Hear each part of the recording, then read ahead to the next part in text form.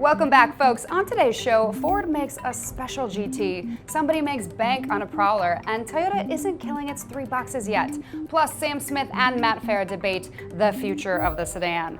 I'm Dana Simone, and this is Hagerty's Daily Driver. Let's buckle up.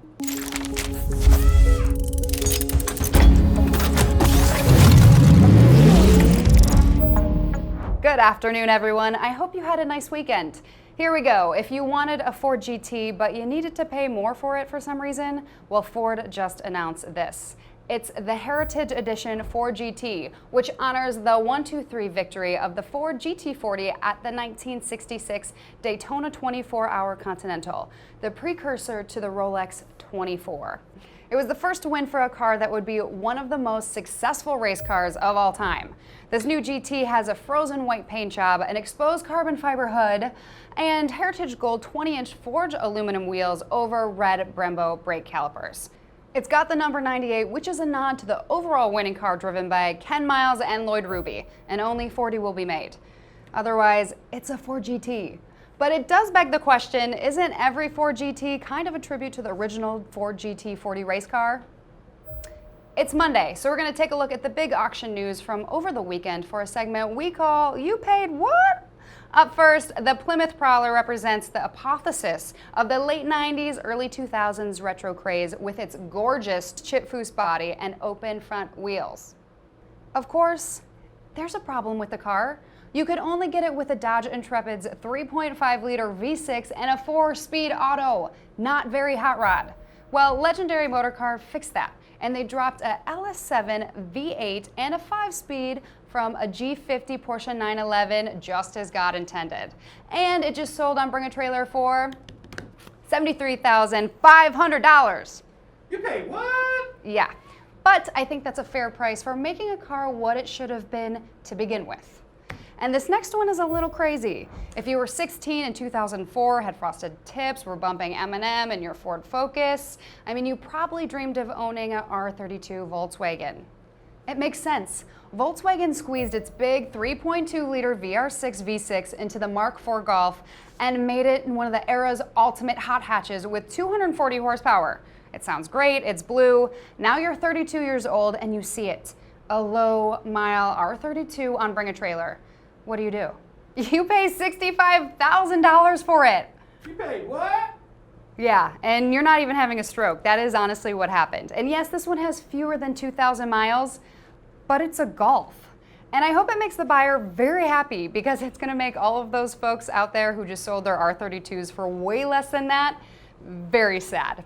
And finally, sedan sales keep dropping as people decide to buy crossovers and SUVs. In fact, last year, SUV and crossovers outsold sedans 2-1. Ford says that they're not even going to make sedans in the future. And you know who is going to keep making sedans? Toyota. In a reboot of Ford and others, Toyota has doubled down on sedans, saying that they're going to keep making Camrys, Corollas, and get excited grandmas, Avalons. Toyota projects that Americans will buy about 4 million sedans this year, of which a whopping 750,000 will be Toyotas. Of course, Toyota isn't crazy. They're going to keep selling RAVs and Venzas and Highlanders and 4Runners. But is the sedan dead? Coming up, that's the topic our very own Sam Smith and automotive journalist Matt Farah will debate on a feature we're calling Open Diffs. Let us know what you think about the new segment, but first.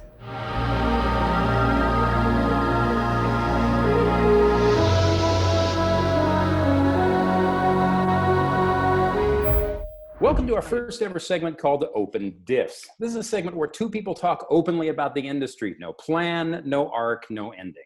Today, we're talking about sedans. That's companies like Ford that are cutting back on sedan models, believing the future will be ruled by crossovers.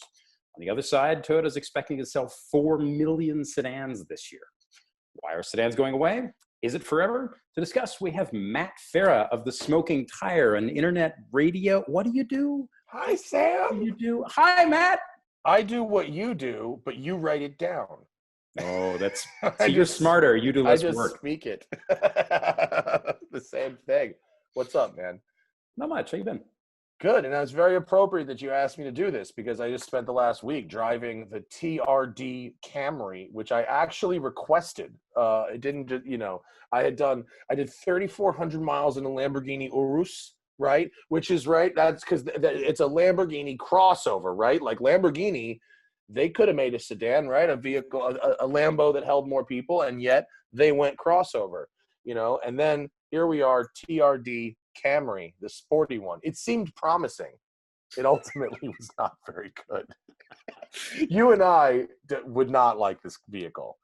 Well, I mean, that's the problem, right? This stuff doesn't sell not because it's not okay, not because these aren't good vehicles. They don't sell because... Well, Toyota sells a lot of sedans. Sedans because if you don't like, if the things that I didn't like about the Camry I was just driving, literally 0 of them were a problem for my wife.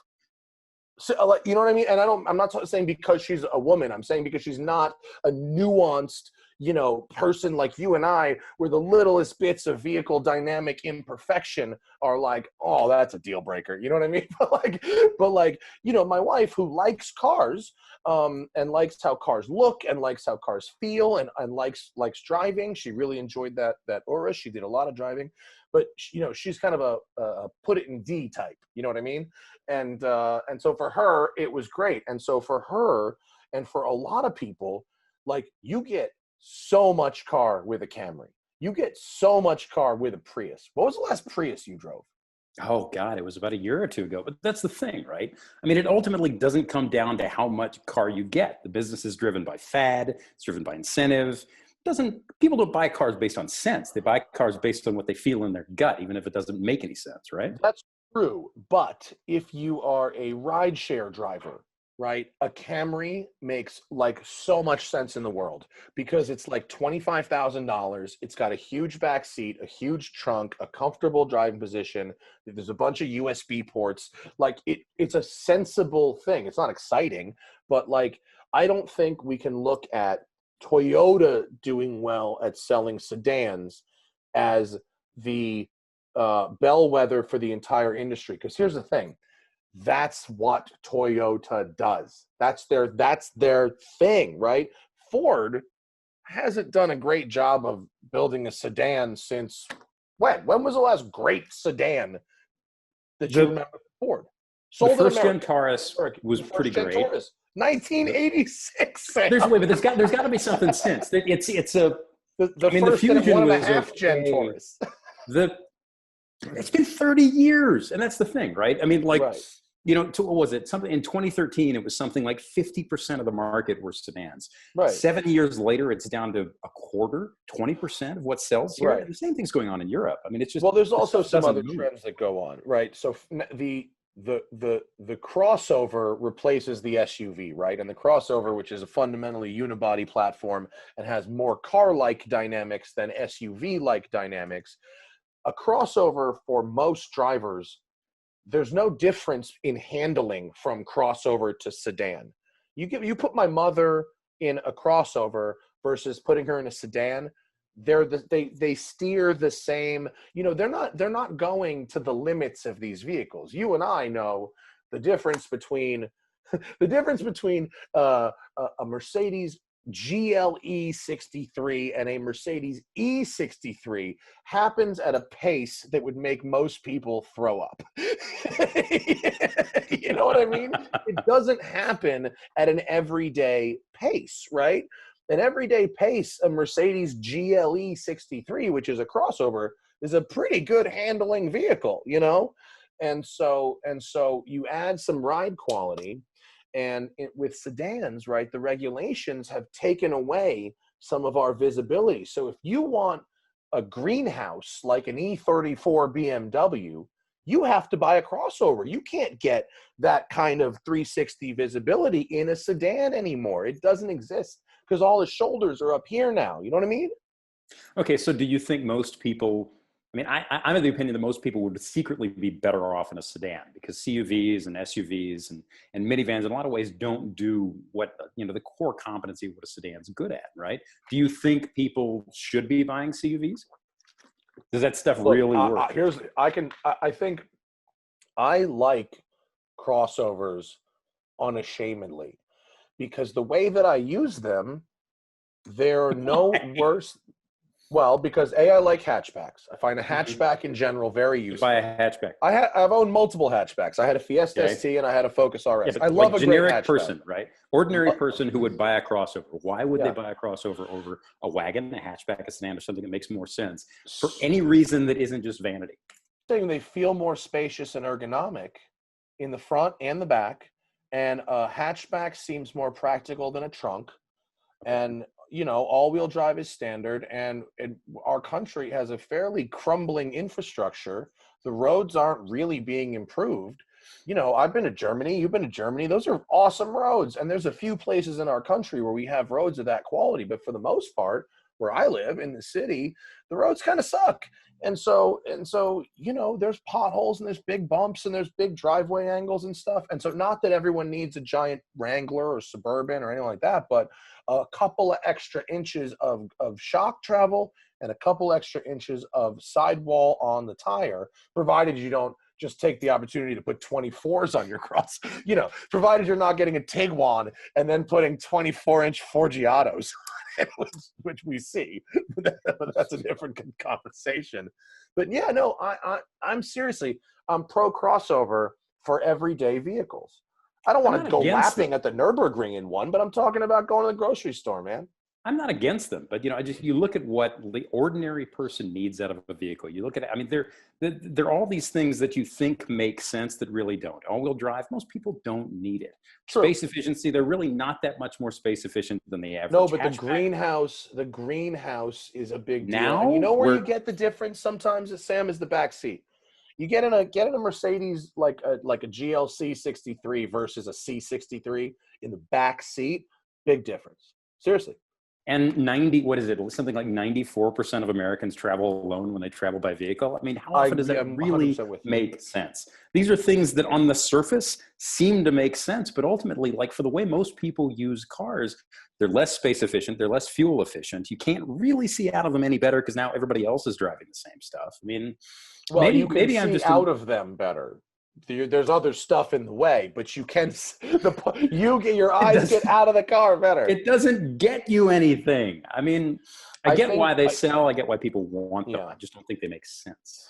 Americans, I think there are certain cultures, and Americans are not that culture. There are certain cultures where the standard is to buy the thing that you need, and if you need something more occasionally, you can rent it or borrow it or whatever. Americans tend to buy the edge cases. They tend to buy. They go, well, one day I might want to put a horse in the back of this, and one day I might want to. I mean, there is such a thing as too much. I completely understand. I drive alone most of the time, but I drive 2-seat vehicles or I ride a motorcycle. So I'm with you. I am on that with you in that I personally, even though I have 5 cars, I can only drive one at a time, and I don't usually drive one that's much bigger than I need. But in general, if you're gonna have one, I understand why people might seek the edge case. I have a friend who is not into cars at all. He works in Hollywood in visual effects, and he and his wife, they're about our age. They just had their first child, and they literally went from a Prius to a Hyundai Palisade, the 7-passenger thing. And I'm like, bro, you had one baby. You didn't just have triplets. What are you doing? I was like, and by the time this kid's got friends, your lease is up. You know what I mean? You're turning this thing in by the time this kid's got one friend to shuttle around. What are you doing? And he was just like, the lease was good. You know, it was comfortable and the lease was good, and it's easy to load the baby into the big doors. I mean, and it was that was all it took, man. Okay, so the other question is, so this stuff is all famously tied to fuel prices, right? Right. And you can see the market do this in America. Gas is cheap, gas is expensive. You know, trucks and CUVs do that all day. So the next time the market dumps again, and the next time fuel becomes $3 or $4 a gallon in the middle of the country instead of $1 or $1.20, whatever it is now, Is it You a know, dollar you twenty see in the that. middle of the country? No way. I live in Cheap? Tennessee. I live in Tennessee. Regular unleaded at 87 octane is $1.27 Get down the out of street from my here. house.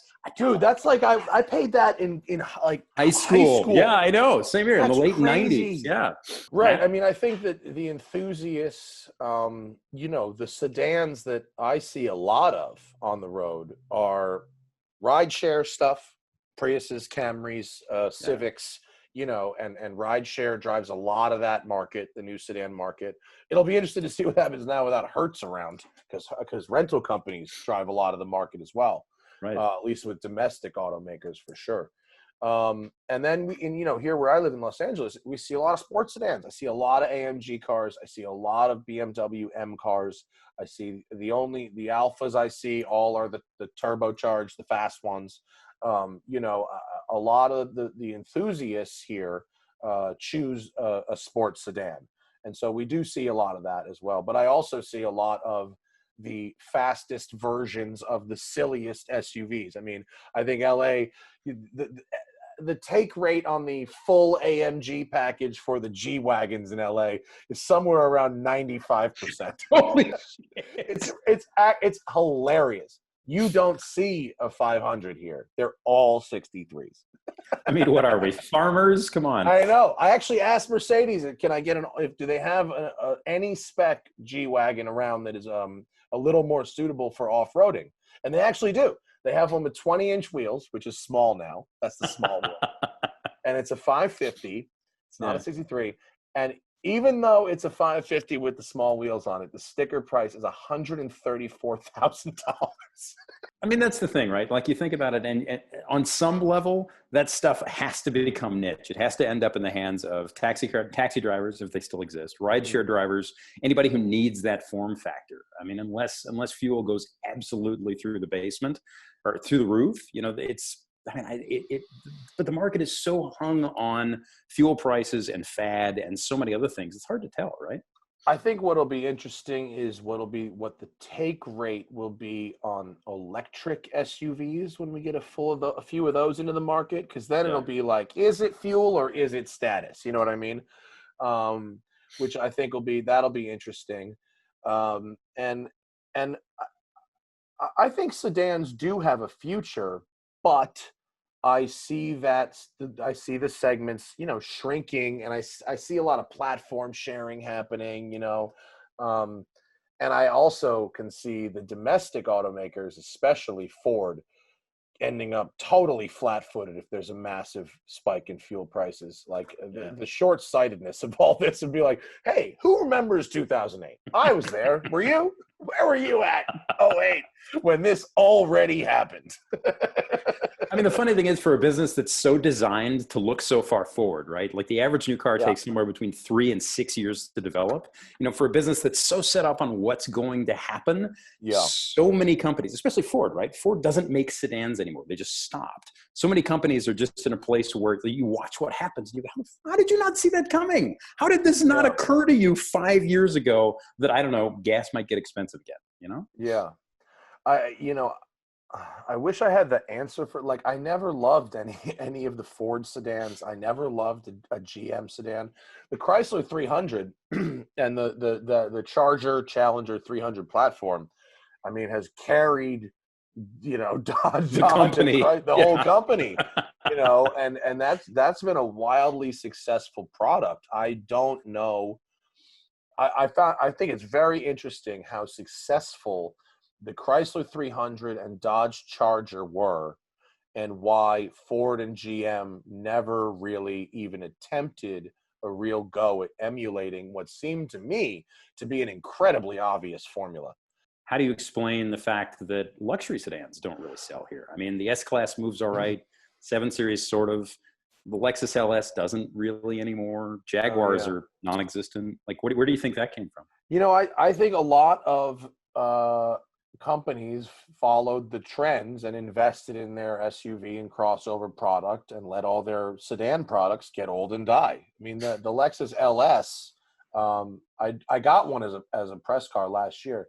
It was impeccably well made, but it was actually quite small inside compared to the newly refreshed ES, which was actually a nicer thing in every way except caring about rear-wheel drive versus front-wheel drive. It was its own worst enemy, actually. And Jaguar, same thing. The F-Pace is like a really nice product, actually, as is the I-Pace, which not enough people give credit for being a nice product. But they just didn't reinvest in the XF. Their corporate look didn't really work, and they didn't have the money to fix it. But even when those things were new, like the XF didn't sell, you know, the S-Class does this when it's new and then does this. Right. And yeah. why do you think those things aren't as desirable as they once were? Everybody, you know, an S-Class arguably has less cachet if you're rolling up anywhere, in front of any club or any business than an S-Class, I feel right? like to go back to it, I think that the companies that build those sedans are also offering this other product in the same showroom right next door, that when you sit inside it, it feels like pretty much the same thing, but you're a few inches taller. You got big shiny rims. It's a hatchback that holds a bunch of stuff. Maybe it's even got a third row. It feels like you're getting so much more because there's more metal there. You know, someone doesn't feel like they're getting more when they're getting the fuel-efficient, smaller option. They feel like they're getting more when they get the bigger engine, the bigger wheels, the bigger this, the bigger grill, the bigger everything, the more speakers. And so I think that when a company is selling these two products side by side and the dealer stocks a bunch of them, comparatively, you go, okay, look, you can get the sedan, it's $549 a month, $2,000 down. For $5,000 down and $599 a month, you can get this big SUV. It comes on chrome 22s. You know what I mean? It doesn't seem like it seems like you're getting so much more. And on the test drive, they steer the same, they stop the same. You know, they feel kind of the same, because on the test drive, you know, the test drives don't happen at Sonoma. You know? They happen around the block. That's why I think suspensions got so stiff for so long, because I think on the test drive, people were equating stiff suspensions with sporty handling, and it got out of hand. Yeah. But I understand why you'd want to go for the crossover, because it seems like you're getting a lot more, and it doesn't cost that much more. Thanks for joining us. I'm Sam Smith. Matt Farah is always wrong. I guess I'm still a sedan guy, and he's a CUV guy. See you later. Bye, Sam. Bye, Matt.